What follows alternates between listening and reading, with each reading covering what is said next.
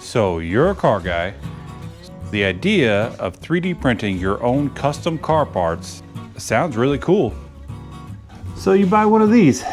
This is a 3D printer, and it's not the one that people usually recommend for car parts.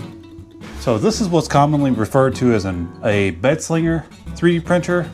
And unfortunately, for most filaments that's recommended for high heat situations, these just don't cut it. You can't do, it's not recommended to do ABS, ASA, those kind of filaments. The type of printer that you usually use with something like this, it's like a big glass box. Looks like a microwave oven kind of thing, except for one filament. Now, I don't know about you guys, but I don't have like $1,000 to drop on a 3D printer. So I had to get a bed slinger printer if I was going to have anything. And it took a lot of research, and I don't see very many people recommending this filament, but we'll go ahead and talk about it. The filament I'm talking about is PETCF. Now, there's a couple places you can get this, but it's not widely available, apparently, looking online. This is obviously Bamboo Lab, whatever brand. And I'm not a scientist or a 3D printing expert, okay? So I can't tell you everything about this. I'll go ahead and put up all the specs on the screen, but what I can tell you is, it seems even better than ABS and ASA and those other PA, whatever. And you can 3D print it on a bed slinger style 3D printer. Little side note here, I'm not a 3D printing expert. This is the only printer I've ever used in my life. I've had it for 2 years now? A year and a half? I don't know. I've made a bunch of toys and stuff, and I made some car parts out of this. You can see I've already used a lot of this roll, or a good amount of this roll. I'm well aware that there's different situations that you may need to use different filaments, just like anything else in the making or creating type of world. I'm sure that there are situations where this isn't acceptable and other filaments would be more acceptable. But I know this will last inside of the interior of a car, and it should last underneath the hood of the car, and that's what we're going to be 3D printing today. Some spark plug wire separators for my truck. A few things you got to know about this filament is they recommend using the 0.6 nozzle. So I'm going to go ahead and swap that out.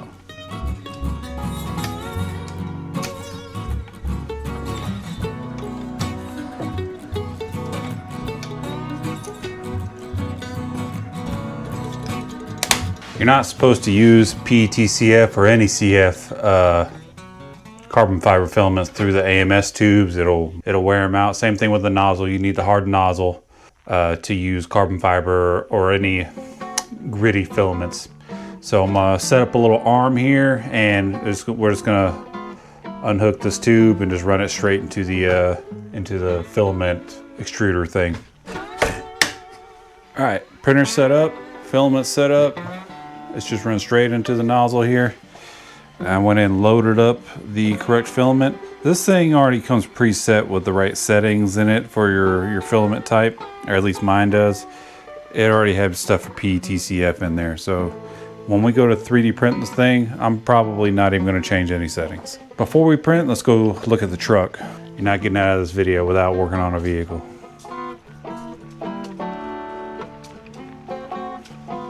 All right, so here's my truck. And honestly, these have lasted a long time, so they'll probably be all right, but I'm gonna go ahead and throw a few spark plug wire separators, like to hold these two wires together. Maybe these two down here, these two. We'll go ahead and print off, and I just got these zip tied together, so we'll make one there too. Let's print off 4 of them. 4 2-wire separators. These get pretty close to the header, so it'll be a nice test.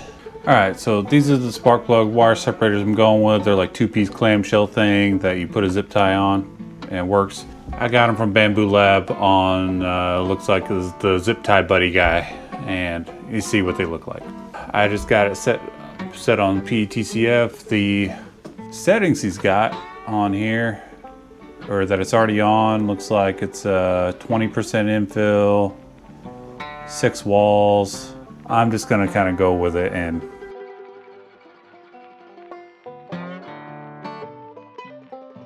all right, hold on a second. Thought I would mention that this is not a 3D printing channel. This is a car channel. I work on cars, mostly old stuff on this channel. So if that interests you, then go ahead and subscribe, and I'll have a lot more cool stuff on the way. I'm about to put a roll cage in this car. But don't subscribe thinking that you're gonna see a bunch of 3D printing content on here. I will continue to 3D print stuff for the projects, but it won't be solely 3D printing information. But anyways, thought I'd throw that out there. Go and subscribe if this is what you're into. If not, get the information from the video and use it. All right, here we go. Printed off just fine. The temps were around 270 degrees for that, and I think 90 for the bed. I can't remember. It automatically did it. I didn't change any settings. I just made sure it's on PETCF for the settings on the computer and on there. I didn't change anything. It printed just fine. Let's go ahead and get these pieces off of here. Comes off the plate pretty easy. All right, prints came out good. Pieces look right. Now I just need to do the zip tie thing. They're intended to be used with zip ties. Something I didn't mention earlier is, at least I didn't think I mentioned it, is that stuff like ABS, you need like a ventilation system. You can't just run it inside a room or whatever. And I don't think that this PETCF requires that. At least it doesn't put off a bad smell, all right? And I printed a ton with it. The biggest thing is that the bed slingers type 3D printers, at least the Bamboo Lab A1 that I have, can get up to the appropriate temperatures to print this stuff. Doesn't require an enclosure, doesn't require ventilation, at least I don't think so. And this filament deals with heat, UV rays, all that kind of stuff really well. I don't know about fluids. I haven't like submerged it in fluid, but most of you guys are just wanting to build brackets and stuff. At least that's what I want to do. All right, here we go. Let's see if I can set you guys up. My plug wires have these covers on them, so it's gonna be a tight fit no matter what I do. All right, got my clamp on there. Then you just run the zip tie through.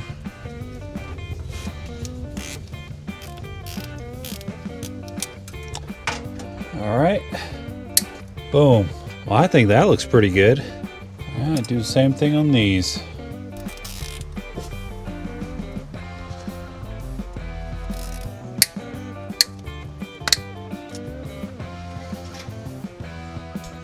All right, well, that's it for the whole video. I just wanted to make a video to spread awareness about PETCF, especially for guys with a bed slinger type 3D printer. You're not out of luck. You can still make car parts that will survive underneath the hood of a car. I made a cup holder, the very first thing that I made with that filament, and it's been in the truck. I daily drive it, and I live in North Carolina, so it gets way over 100 degrees in the interior of the truck, and it's out in the open where sunlight can hit it, and it's been rock solid on the hottest of days. So I know this stuff will last. And I feel like I rarely see PETCF recommended on like Facebook groups and stuff for car parts. It's always ASA and ABS, which is fine. I know that stuff's good and that stuff works, but if you have a freaking A1 or some other regular toy printer, you can't do that stuff, at least not easily. You know, you gotta make an enclosure and ventilation, and hopefully your printer can even get hot enough in the first place. All I did was load up the filament and change it to a 0.6 hardened nozzle, and it works fine.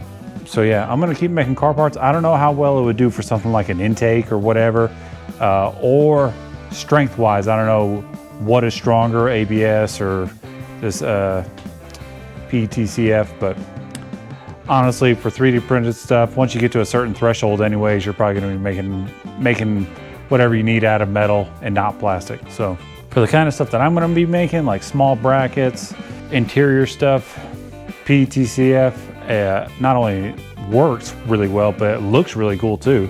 That's it for this video. Subscribe if you like to see this kind of stuff. We mostly do old car builds here. I mostly do, I'm working by myself. I mostly do old car stuff. So yeah, I hope this video was helpful, and I hope somebody gets something out of it. The filament is not the cheapest filament in the world. It's a big jump going from something like PLA to PETCF, but that's just the cost of doing the right thing for your parts. But right, thank you for watching, and I'll see you next time.